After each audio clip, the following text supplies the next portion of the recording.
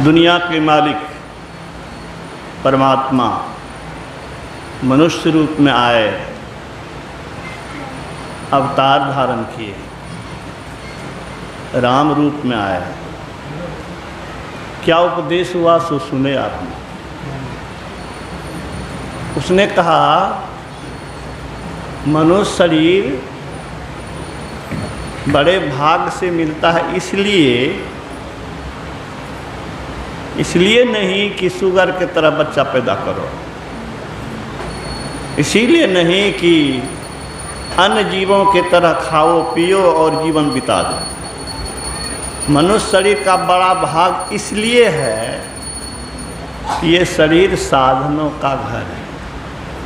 साधन धाम मोक्ष कर द्वारा। ध्यान से सुनेंगे। हमारे मुसलमान भाई कुरान शरीफ के एक एक शब्द को पकड़ते हैं और हम लोग अपने राम शिव कृष्ण सदग्रंथ के एक एक शब्द को पकड़ना तो दूर है, सुनना भी नहीं चाहते।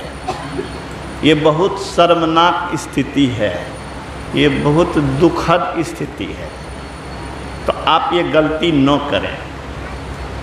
भगवान राम क्या कहते हैं? साधन धाम मोक्ष कर द्वारा। ये शरीर मामूली नहीं है,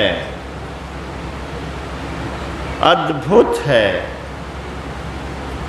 सृष्टि की श्रेष्ठतम रचना है। इस शरीर के अंदर में वह साधन है, जिस साधन का उपयोग अगर आप करेंगे तो डायरेक्ट ईश्वर बनेंगे। वह कौन सा साधन है इस शरीर के अंदर? वह शरीर के अंदर है ब्रह्म ज्योति और ब्रह्मनाद। जैसे मैं बोलता हूँ तो आप सुनते हैं, ऐसे ही अंदर में ईश्वरीय शब्द होता है। वो शब्द को जो पकड़ता है वह ईश्वर से मिलता है, और जो ईश्वर से मिलता है प्रकृति उसके अधीन होती है। हम उंगली को ऐसे घुमावें कि ऐसे घुमावें, अपने हाथ में है। हम अपने बॉडी को जैसे हिलावें वैसे हिला सकते हैं। जो कोई ईश्वरीय शक्ति प्राप्त करेगा वह ब्रह्मांड को जैसे घुमाएगा वह घुमा सकता है।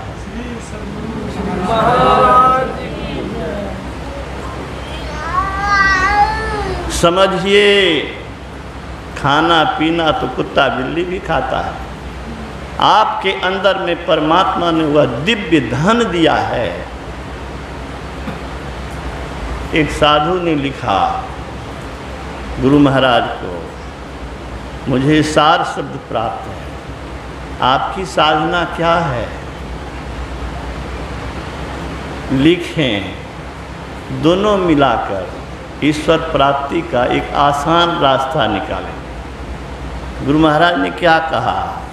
जिनको सार शब्द प्राप्त है वह सर्वज्ञ होता है, सर्वांतर्यामी होता है, पूर्ण काम होता है।